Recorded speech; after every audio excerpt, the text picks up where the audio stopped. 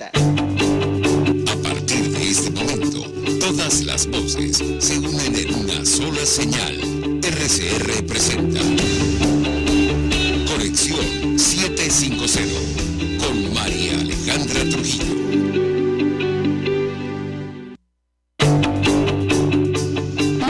Amigos de Radio Caracas Radio, todo el equipo que trabaja para ustedes a partir de esta hora los saluda, variada y abundante información que compartir y analizar como es costumbre la tarde de hoy. Esto es Conexión 750, comenzamos. ¿Qué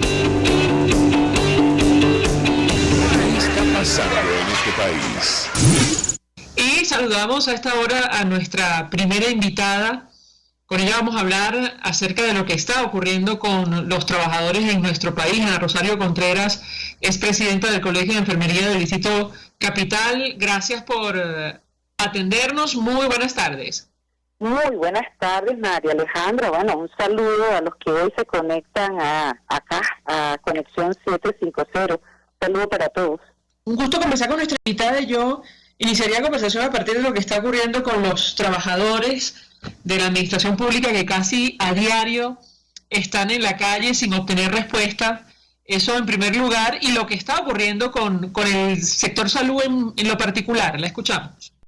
Bueno, los trabajadores públicos, y aquí es importante que quienes nos escuchen estén claros, estamos siendo afectados por la pérdida del valor del salario. Esto es una realidad y que hemos venido padeciendo desde hace muchísimos años, pero que a partir del 9 de enero insurgieron el magisterio venezolano negándose a regresar a las aulas, porque ya no podemos seguir trabajando técnicamente gratis. Es una realidad que vive también el sector salud, que vive el sector judicial, que viven todos los trabajadores que le prestamos servicio a la administración pública, y por supuesto hasta este momento no hemos tenido la respuesta que hemos exigido al gobierno de Nicolás Maduro, que no es otra cosa que se cumpla con el artículo 91 constitucional, que se establezca que el salario mínimo esté indexado al costo de la canasta básica. Hoy los venezolanos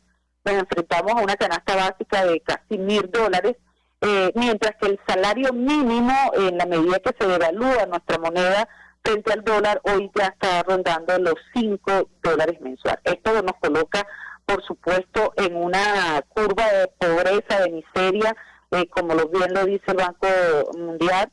El trabajador que devenga menos de $1.9 diario está en extrema pobreza. Hoy, como lo han dicho nuestros jubilados, las pensiones son $5.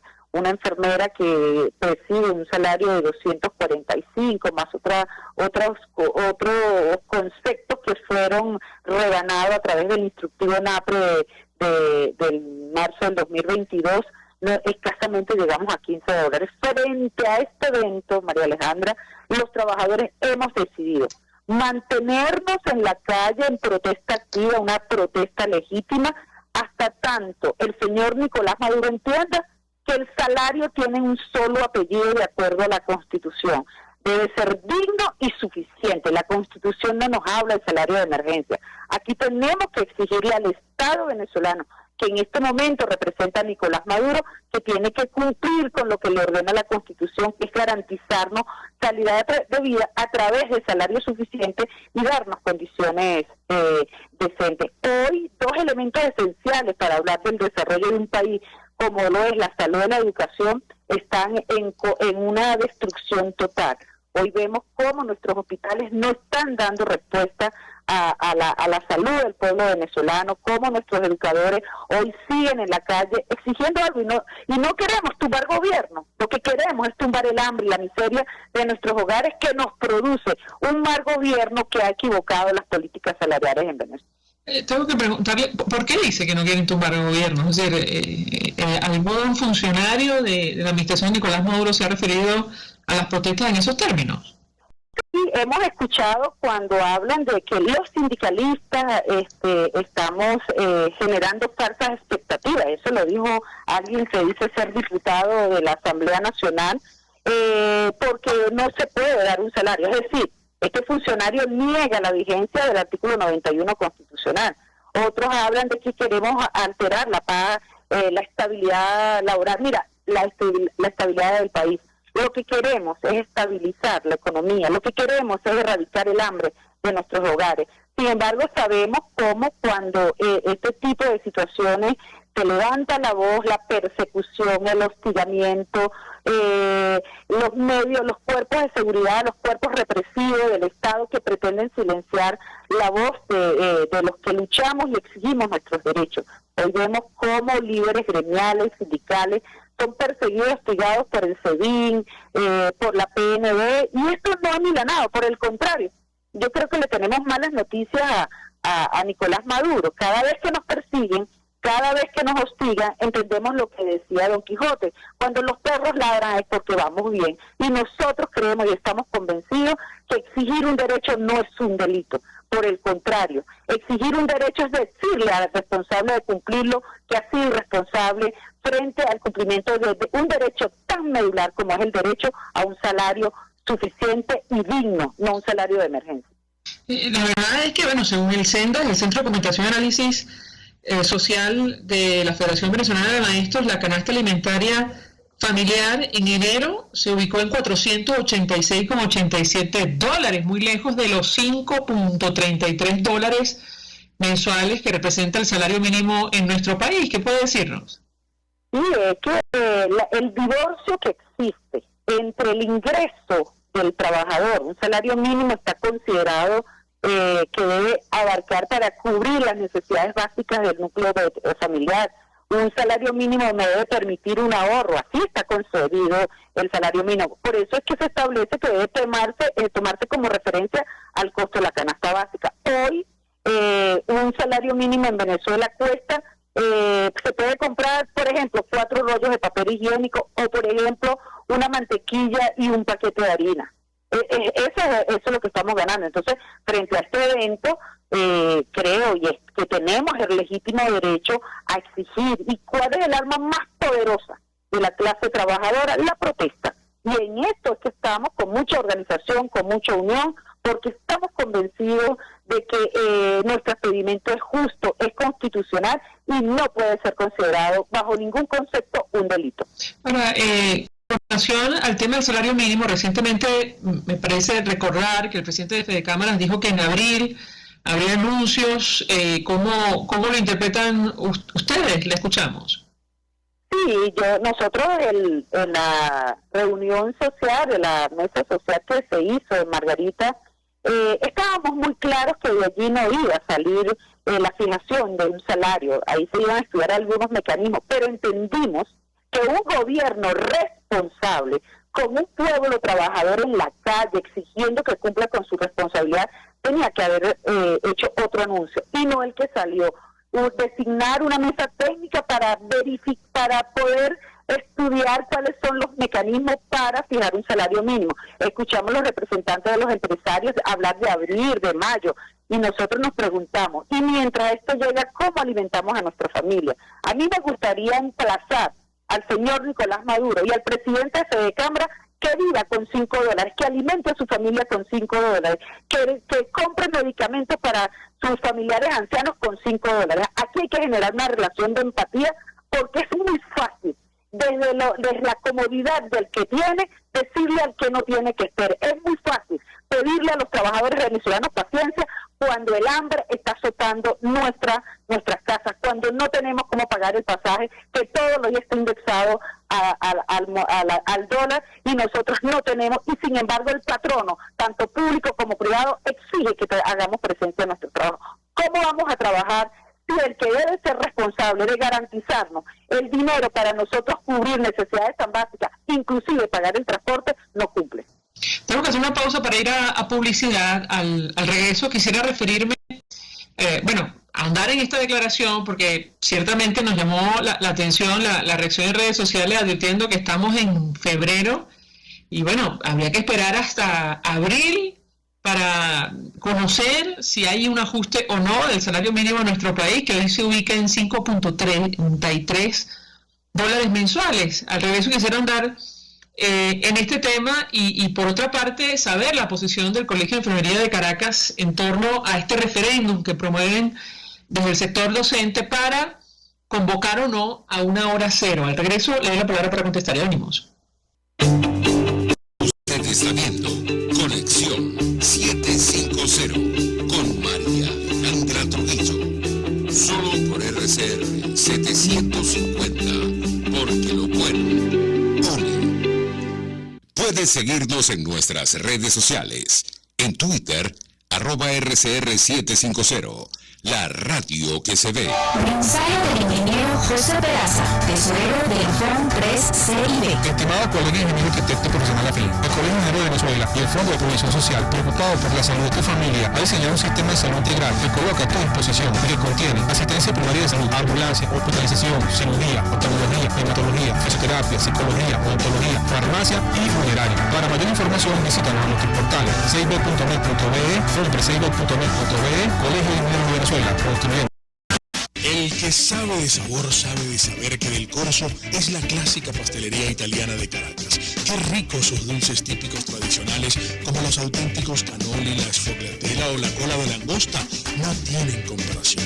La pasta seca de almendras y chocolate o su gran variedad de tortas, cumpleaños, bodas, bautizos o comuniones, reuniones familiares o eventos corporativos. Teléfonos 0212-941-1971. Pastelería Del Corso, la pastelería italiana por tradición y excelencia.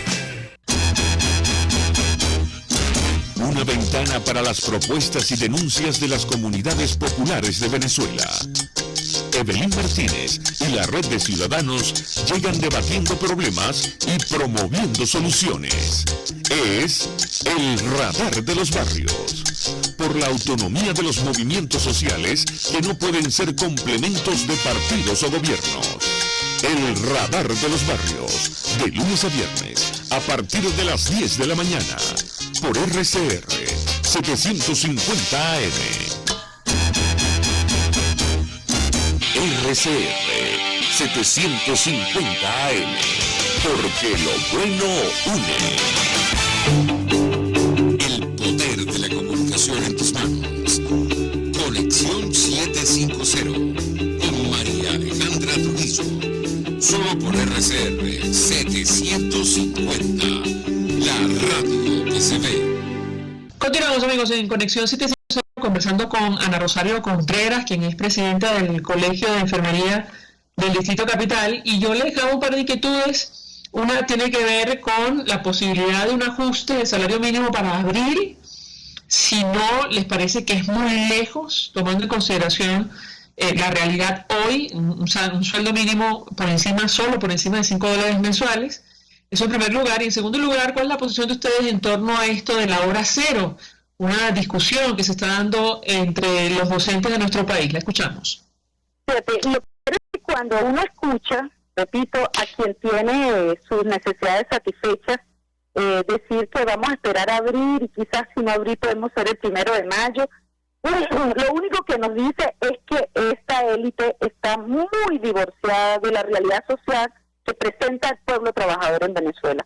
Hoy el pueblo trabajador está en hambre, tiene miseria, tiene necesidades que satisfacer y no encuentra cómo hacerlo porque los patronos, tanto públicos como privados, no cumplen con lo que dice la Constitución. Y por supuesto la respuesta del pueblo trabajador ante esta revisión que están haciendo es calle y más calle, con organización, con unión y con movilización, porque no estamos dispuestos a seguir esperando pacientemente sentados a la orilla del río ver pasar el hambre y la miseria por frente de nuestros hogares. Eso es un mensaje que le estamos mandando tanto a los empresarios como al gobierno del señor Nicolás Maduro. Nosotros, ustedes pueden entre iguales ponerse de acuerdo, pero nosotros como trabajadores también nos estamos organizando porque no vamos a abandonar las calles en protesta a ese divorcio, a esa desconexión social que ustedes mantienen con las necesidades más sentidas de los trabajadores venezolanos.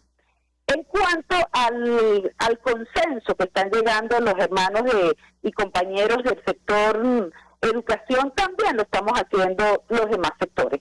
En salud, por supuesto, hablar de un paro de actividades implica que tiene que hacerse una construcción, porque para nosotros un paro de actividades es poner en riesgo vidas. Y nosotros hemos estado muy convencidos que tenemos que decirle a nuestros pacientes que hoy necesitamos que se sumen a esta lucha para que no continúe el éxodo o la migración tan fuerte que estamos presentando dentro del sector salud y que sí puede en un momento determinado generar un daño o generar un impacto muy negativo, más del que tenemos en la prestación de los servicios de salud. Pero sí, dentro de las organizaciones que estamos realizando, el día 18 volvemos a tener una Asamblea Nacional de Trabajadores, sí está dentro del tapete hablar de un paro nacional de la administración pública como medida de protesta extrema frente a la inacción que mantienen los responsables de garantizarnos salarios suficientes, y aquí estamos hablando, no salarios de emergencia, salarios que satisfagan esas necesidades sentidas que tenemos los trabajadores, que no es otra cosa que la pérdida del valor de nuestro salario y que ha generado hambre y miseria en nuestros hogares. Usted hacía una declaración recientemente que más del 80% del personal de enfermería se ha ido de Venezuela. ¿Esto es así?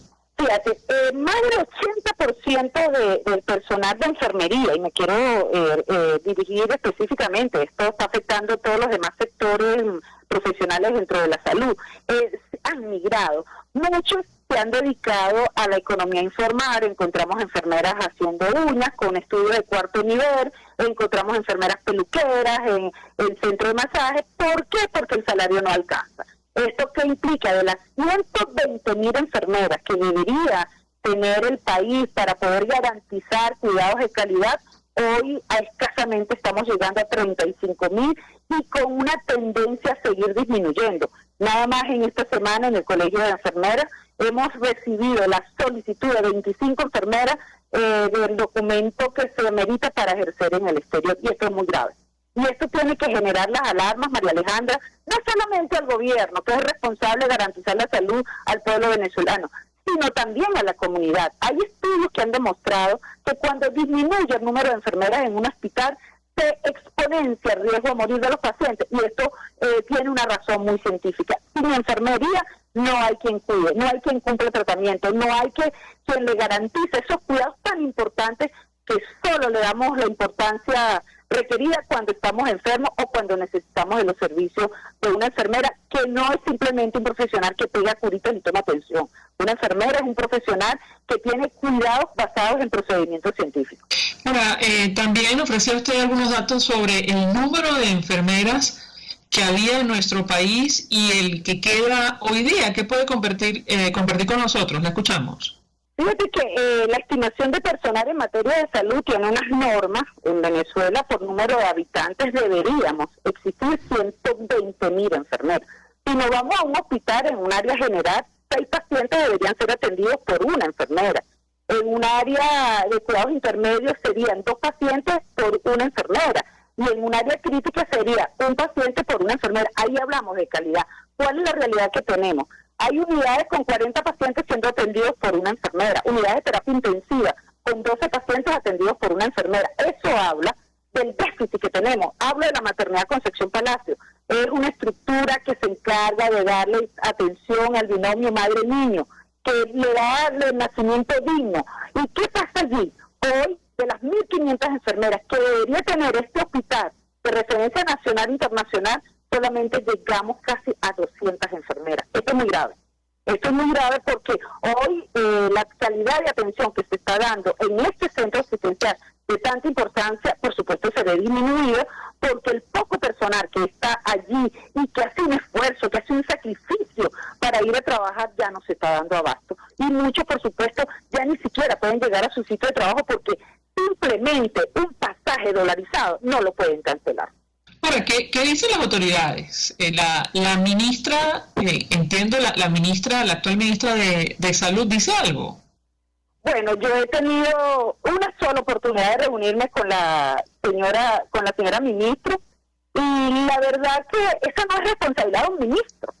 Fijar los sueldos y salarios no es responsabilidad del ministro, es responsabilidad del presidente en consejo de ministros. Es responsabilidad del que dice ser el presidente de la República, y lamentablemente pedirle al ministro que aumente el salario, es decir, no es competencia del Ejecutivo. Pero si uno vale, primero que a Miraflores no se puede llegar, y los que vivimos en Caracas sabemos que Miraflores pareciera que es un país en guerra, tanqueta, antimotino, o sea, pareciera que el presidente de la República tiene miedo al pueblo que exige que cumpla con su trabajo.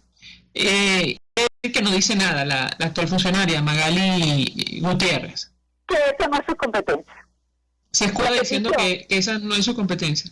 Que la petición de sueldo y salario no es competencia, y nosotros lo entendemos. Entonces, como no es su competencia, nosotros dirigimos nuestras peticiones al que sí es competente de acuerdo a la Constitución. Que en este caso, el que está en Miraflores, Nicolás Maduro, pues a Nicolás Maduro, que le pedimos y le exigimos, ni siquiera le pedimos, los derechos no se mendigan, los derechos se conquistan. Y si él olvida su responsabilidad, a pesar de que dice que en un momento de su vida ejerció el sindicalismo, nosotros se lo estamos recordando. ¿Y cómo se lo vamos a recordar?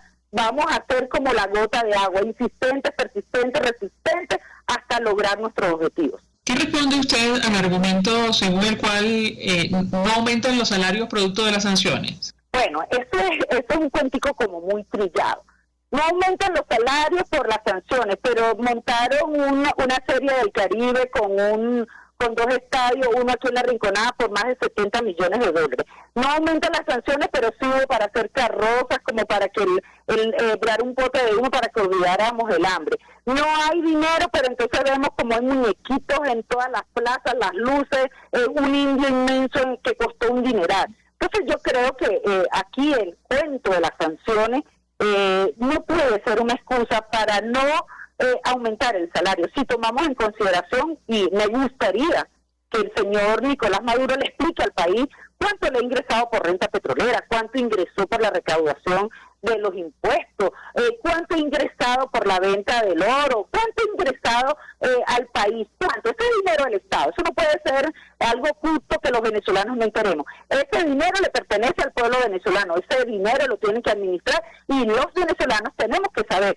Si él me dice cuánto recibimos, bueno, podemos entonces sentarnos a ver cuánto podemos nosotros pedir de salario que permita que él cumpla con su responsabilidad, pero si no sabemos cuánto le ha ingresado al país, porque hay opacidad informativa, no sabemos cuáles son los indicadores económicos, no sabemos cuál es el boletín epidemiológico, no sabemos qué enfermedades están siendo recurrentes en este momento. Ahí pareciera que el pueblo venezolano estamos a ciegas. Entonces, ante este evento, nosotros seguimos exigiendo lo que la Constitución nos establece, que la canasta, que el salario mínimo sea indexado al costo de la canasta básica. Y como aquí todo lo estamos pagando en dólares, pues nosotros también como trabajadores necesitamos que nuestros ingresos tengan la fuerza del dólar. Rosario Contreras, un millón de gracias por atendernos, acompañarnos estos minutos, presidenta del Colegio de Enfermería del Distrito Capital, expresando opinión y análisis acerca del tema que debatimos en esta parte del programa. Vamos a la pausa, para ver si venimos con más. Estás en sintonía de Conexión 750 con María Alejandra Trujillo, solo por RCN 750, porque lo bueno. Seguirnos en nuestras redes sociales, en Twitter, @RCR750, la radio que se ve. Mensaje del ingeniero José Peraza, tesorero del Fondo 3CIB. Estimado colega ingeniero arquitecto profesional afín, el Colegio Ingeniero de Venezuela y el Fondo de Provisión Social, preocupado por la salud de tu familia, ha diseñado un sistema de salud integral que coloca a tu disposición y que contiene asistencia primaria de salud, ambulancia, hospitalización, cirugía, oftalmología, hematología, fisioterapia, psicología, odontología, farmacia y funeraria. Para mayor información, visítanos en nuestro portal cib.net.be, frontrecib.net.be, Colegio Ingeniero de Venezuela, construyendo el futuro. Mis amigos, una empresa comprometida y responsable con su personal es una empresa segura, y Produzca es la compañía pionera en Venezuela que ofrece la mayor cantidad de equipos de comprobada calidad para garantizar la seguridad integral de toda la nómina industrial de cualquier empresa. El catálogo de Produzca es inmenso, todo tipo de guantes, cascos, accesorios y productos varios de protección para tu personal. Conoce más de Produzca en www.produzca.com. Produzca, seguridad en tu empresa de los pies a la cabeza. La Academia de Ciencias Físicas, Matemáticas y Naturales presenta El progreso tiene su ciencia. Hoy presentamos Marcel Roche y el Instituto Venezolano de Investigaciones Científicas. Un hombre que arropó la cultura moderna en su doble dimensión científica y humanística. Ese fue Marcel Roche, primer director del Instituto Venezolano de Investigaciones Científicas, IVIC. Marcel Roche nace en Caracas en 1920. Se forma en el exterior y regresa a su ciudad natal en 1951, donde funda el Instituto de Investigaciones Médicas de la Fundación Luis Roche. Allí comienza su carrera científica.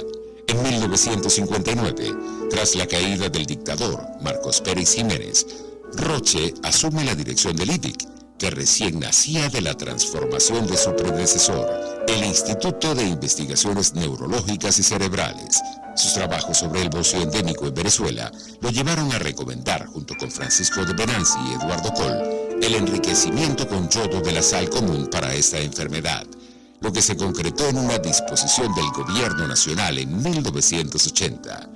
Trabajó también en la anquilostomiasis, una enfermedad parasitaria que en aquella época era causa frecuente de anemias en el campo. Roche fundó los estudios sociales de la ciencia en el IVIC e inició la colección de obras de arte al aire libre en esta institución. Sin duda, Marcel Roche dejó una huella indeleble en el IVIC y por eso la biblioteca de este instituto lleva su nombre. Allí, en el jardín de entrada a ese recinto, las cenizas de Marcel Roche reposan desde 2003 debajo de un chaparro, cuyo florecer lo acompaña en cada aniversario de su fallecimiento, recordándonos su impronta en la consolidación y desarrollo del IVIC. El progreso tiene su ciencia. La Academia de Ciencias Físicas, Matemáticas y Naturales presentó El progreso tiene su ciencia. Para más información, www.acfiman.org. RCR 750 AM, porque lo bueno une. María Alejandra Trujillo te acompaña en Conexión 750. Solo en RCR 750, la radio que se ve. Claro y raspado. Continuamos, amigos, en Conexión 750 y a esta hora saludamos al profesor, abogado y además miembro de Vente Venezuela, Perkins Rocha. Gracias por atendernos. Buenas tardes. Buenas tardes, María Alejandra. Gusto contigo. ¿Cómo estás? Bien, un gusto conversar con nuestro invitado acerca del tema que nos ocupa en esta parte del programa, que tiene que ver con la primaria de la oposición. Lo hemos seguido en redes sociales y usted es francamente crítico ante la posibilidad de que el CNE participe en este proceso interno de los factores democráticos de nuestro país. ¿Por qué, doctor? Lo escuchamos. Bueno, en primer lugar, que estas críticas son el resultado de muchos años en los que hemos percibido y, por supuesto, demostrado la forma en que el CNE y la estructura hoy por hoy del sistema electoral del oficialismo ha contribuido al sostenimiento del régimen. Es decir, se ha venido progresivamente construyendo un sistema electoral adaptado a las formas y al comportamiento militarista que en los actos electorales ha tenido el régimen. Y bueno, y se ha venido descubriendo cómo funciona ese sistema electoral de manera, digamos, irregular y yo diría que perversa para ir, digamos, socavando la fuerza que liderazgos políticos han venido teniendo en el tiempo, liderazgos de la oposición, excluyéndolos de alguna forma, atentando contra la libertad y el derecho del elector de escoger a una persona en particular, cómo los vienen migrando, cómo los dan, digamos, cómo votan personas que se encuentran, que están en este momento fallecidas, o cómo una persona aparece en varias partes votando a la vez. Es decir, una serie de inconsistencias de carácter técnico que guardan relación con un registro electoral que está confeccionado para simplemente en el software de las máquinas utilizarlo en contra de la oposición. Además de lo que ha significado entregarle el poder de la información, de la data del elector oposicionista al régimen. El régimen ha construido con esa información las listas oscuras en virtud de los cuales chantajea a parte de los sectores oposicionistas e incluso intimida aquel voto de un elector que aparentemente formara parte de la estructura chavista, que eventualmente se le ocurriese ir a votar por un candidato de la oposición. Entonces, sobran las razones por las cuales creemos que la participación técnica o incluso la de sus máquinas o de sus asesores del CNE actual sería un incentivo contrario a la masificación de la participación en unas elecciones primarias de la oposición. Ahora, le pregunto, porque seguramente ha leído usted los comentarios, sobre todo en redes sociales. Hay quienes aseguran que probablemente si no modifican la actual estructura del Consejo Nacional Electoral, esta va a ser la institución que se va a encargar de unas eventuales elecciones presidenciales. ¿Qué responde usted a este tipo de argumentos para justificar la posible participación o asistencia técnica al proceso de primaria? Lo escuchamos. Quienes opinan de esa forma consideran que las condiciones negativas que actualmente contiene el sistema electoral chavista van a permanecer en el tiempo. Y es precisamente ahí la importancia de estas primarias.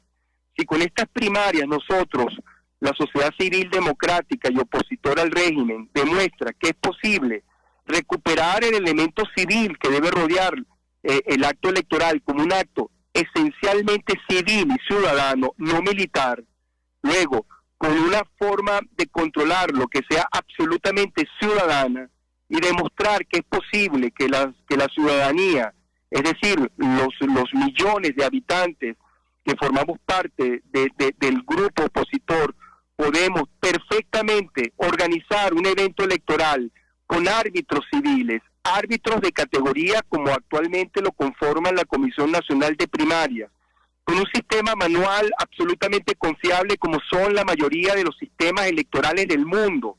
Yo invito a quienes nos oyen en este momento que vayan a Google, que vayan a Internet y consulte cuántos son los países que hoy utilizan los sistemas electrónicos para el voto y cuántos son los países que utilizan el sistema manual. Encontrarán que la mayoría apabullante de los países utilizan el voto manual, donde casualmente hay menos problemas. Por no ir tan lejos, acaba de ocurrir hace poco un cambio de gobierno en Colombia, donde nada más que una organización política absolutamente contraria a la ideología que tenía la anterior toma el gobierno, y eso se hizo pasiva y tranquilamente utilizando un voto manual. Ahí nadie discutió sobre la confiabilidad o deslegitimación del árbitro ni del sistema. Fue un voto manual absolutamente, digamos, confiable y transparente. Y vayan entonces a Brasil, que utilizaron recientemente un sistema electrónico, y fíjense los problemas que hubo con Bolsonaro, con la retirada, o algunos estados de Norteamérica, en el caso de las elecciones presidenciales, donde algunos reclamaban la ilegitimidad o la poca transparencia que hubo con el voto electrónico en algunos estados. La mayoría del mundo civilizado utiliza hoy por hoy el voto manual, confiable, además que es el voto que llama a la participación, porque empodera al ciudadano, lo empodera democráticamente. Y una de las falencias que tenemos en nuestra sociedad actualmente es que el venezolano siente que de alguna manera lo ha desplazado, el sistema electoral y el sistema político ha desplazado el control del ciudadano, porque no se le toma en cuenta, porque en definitiva es una máquina la que tramposamente da el resultado al final. Sobran las razones por las cuales tenemos que hacer lo posible, porque volver a recuperar la confianza del voto es volver a recuperar la confianza del ciudadano, y solo eso se logra a través de un voto manual. Te voy a preguntarle porque ha dicho usted, o mejor, ha puesto en duda que el Consejo Nacional Electoral actual sea el responsable de organizar una elección presidencial. ¿Por qué se ha expresado de esta manera, doctor? Lo escuchamos. Porque el actual Consejo Nacional Electoral es la respuesta que ha venido trabajando el sistema chavista para ir modificando las estructuras sobre la cual está aposentado el mismo. Más allá que tengamos solamente una minoría de aparentemente rectores de la oposición, que sabemos que en el fondo es de dudosa, digamos, su posición política, pero suponiendo que efectivamente, más allá de que tengamos dos rectores que pudieran representar alguna idea sobre el sistema democrático y representar a los intereses de la oposición, y tres que representan los intereses del chavismo, más allá de eso, ellos están sobre una estructura administrativa que ha sido milimétricamente trabajada desde el tiempo de Jorge Rodríguez, pasando por Tibisay y Lucena, para conformar, excluyendo a funcionarios de carrera que habitaban ahí desde antes de que fuera Consejo Nacional Electoral y era Consejo Supremo Electoral, y han venido construyendo sobre esa estructura administrativa una ingeniería electoral absolutamente contraria al respeto a la voluntad del elector. Ese órgano que hoy llamamos CNE ha sido la consecuencia de años de trabajo del chavismo para lograr la perfección en una máquina que logra que de la noche a la mañana te pongan a ti a votar en un sitio absolutamente distante del que usualmente votas, o donde personas que ya están fallecidas aparezcan votando no una, sino dos y hasta tres veces en distintos sitios, estando efectivamente muertas. Por decir solamente dos de las graves irregularidades que existen.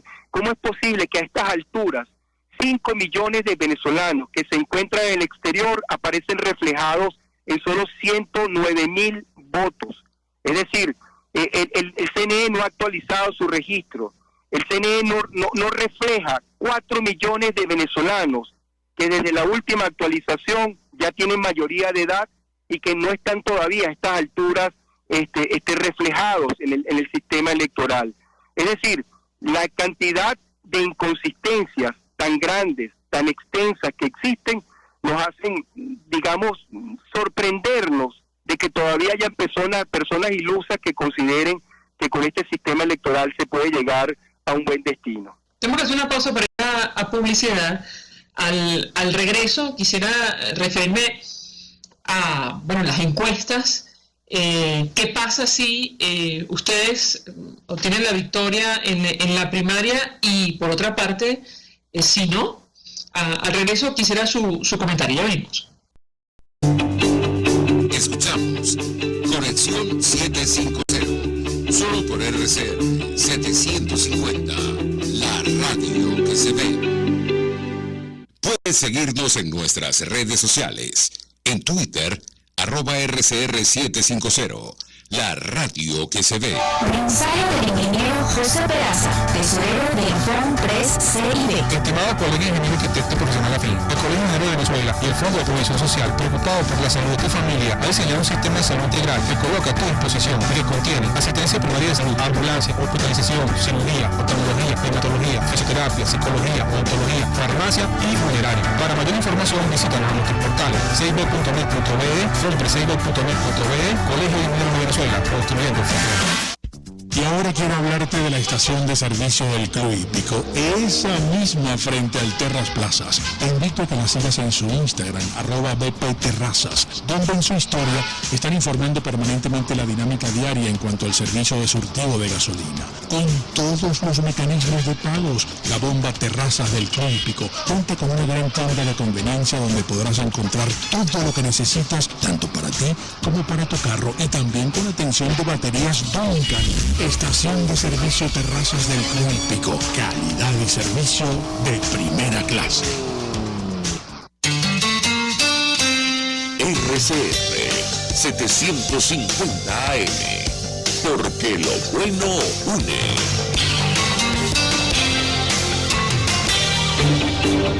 El poder de la comunicación en tus manos. Conexión 750 con María Alejandra Trujillo. Solo por RCR 750, la radio que se ve. Continuamos, amigos, en Conexión 750, hablando acerca de la primaria de la oposición, que está fijada para el próximo 22 de octubre. Nos acompaña el doctor Perkins Rocha, quien es abogado, profesor, forma parte del equipo de 20 Venezuela. Yo le dejaba una inquietud antes de hacer la pausa para ir a publicidad, que tiene que ver con el tema de las encuestas. Hemos visto algunas entrevistas a medios de comunicación internacionales de la coordinadora de su organización, María Corina Machado. La señalan como, de momento, una de las favoritas entre los estudios de opinión que se han publicado, y la pregunta que yo le traslado a nuestro invitado es, ¿qué pasa si ustedes obtienen la victoria? Eso en primer lugar, y por otra parte, si no, lo escuchamos. La victoria hay que obtenerla con fuerza, la victoria hay que obtenerla con una alta participación para poder exigir los cambios estructurales y funcionariales que un sistema electoral debe tener para considerarse transparente y realmente democrático. Un sistema donde realmente se escoja, donde realmente se elija. Eso es posible solo si podemos tener la suficiente fuerza política para exigir los cambios que deben existir en el país. Un país que ya veremos en qué condiciones tendremos antes del 2004, pero que por los momentos estamos exigiendo una reestructuración de la cancha de juego. No queremos jugar bajo el arbitraje del CNE, no queremos jugar con las reglas de inhabilitación que hasta ahora inconstitucionalmente ha avalado el CNE con la participación, mejor dicho, con la complicidad del TCJ ilegítimo. Queremos correr y jugar en una cancha absolutamente libre, con árbitros que sean independientes realmente, árbitros que no estén presionados por el régimen para un resultado específico. Es decir, esa es el triunfo que queremos del sector democrático para tener la suficiente fuerza, una vez que le hayamos demostrado a los venezolanos y al mundo que es posible jugar en una cancha limpia con árbitros distintos a los que existen, cuestionados hoy por el CNE, para luego exigirle los cambios que tienen que darse, en definitiva. Ahora, si no ganan, ustedes se comprometen a aceptar el resultado, eso en primer lugar, doctor, y a apoyar, digamos, la otra opción, como establece el reglamento, ¿correcto? Absolutamente, sí, es decir, nosotros entramos a jugar confiados en el arbitraje y confiados en la participación limpia de los que van a entrar en juego, y vamos a jugar con las armas que nos permita, con los instrumentos que nos permita el sistema de la cancha que estamos montando, una cancha gobernada por los ciudadanos, vigilada por los ciudadanos, controlada y contada por los ciudadanos. ¿Qué argumento podríamos tener para negarnos a los resultados? Sería absurdo, incoherente, que luego, porque los resultados no nos gusten, los resultados van a ser una lección y una lectura importante. La primera que debiéramos tener después de tantos años en que nunca ha habido mediciones, o ha habido muy pocas mediciones transparentes, donde el electorado ha expresado con libertad su visión política, porque lo que queremos en este momento no es solamente elegir en las primarias caras distintas, queremos escoger agendas distintas. Dado el fracaso que hemos tenido recientemente, es necesario que también haya un nuevo cambio en las propuestas de lucha civil que se le plantea al país. Se va a escoger líderes con sus maletas, con sus archivos de propuestas hacia el país distintas a las fallidas que tuvimos hasta de muy reciente data. Con relación a la transición, doctor, no quiero desaprovechar la oportunidad para preguntarle, porque está ese asunto que no vemos en la agenda pública de los precandidatos. ¿Cómo garantizar una transición a la democracia en nuestro país si al final, consiguen una victoria, una hipotética victoria en unos comicios presidenciales después de más de 20 años de chavismo? Lo escuchamos. Bueno, tú me preguntas cómo garantizar. Pues aquí no hay garantías. Sabemos contra qué luchamos. y luchamos contra algo que hemos dicho desde el principio y sostenemos esa proposición, tiene naturaleza delictual. En consecuencia, todas las garantías que establezcamos tienen que ser garantías absolutamente eficaces posteriormente. Es decir, cómo garantizar la existencia de esos mecanismos que soporten un triunfo democrático, pues bueno, dependerá mucho de la fuerza con que podamos ganar, el que gane. Es decir, si son unas primarias que convocan realmente a la mayoría del electorado de una manera apabullante, y ahí tenemos un elemento importante de legitimidad y de fuerza para poder exigir.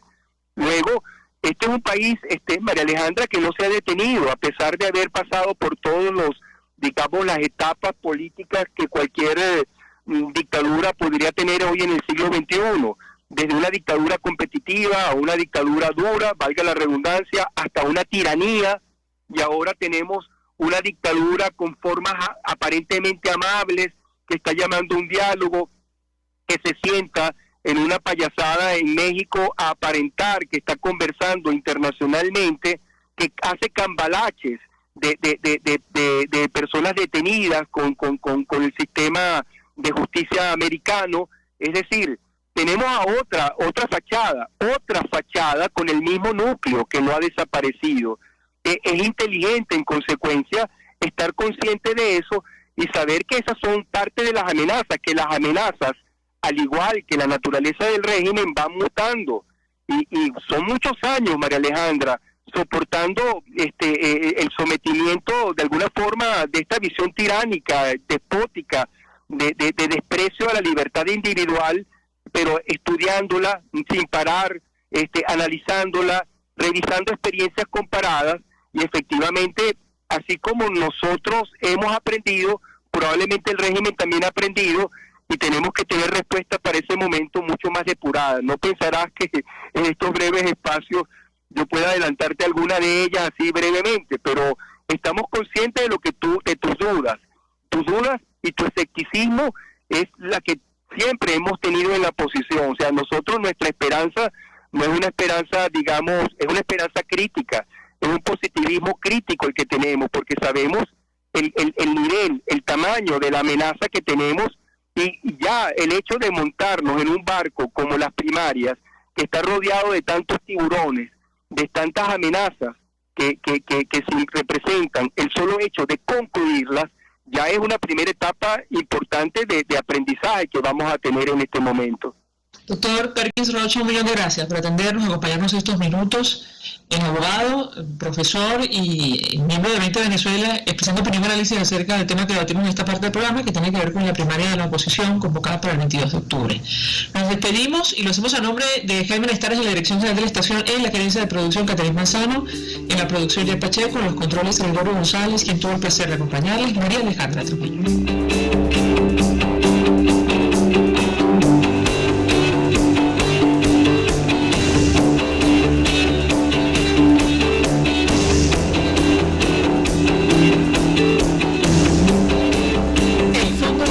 Social del Colegio de Ingenieros de Venezuela presentó. RCR presentó Conexión 750.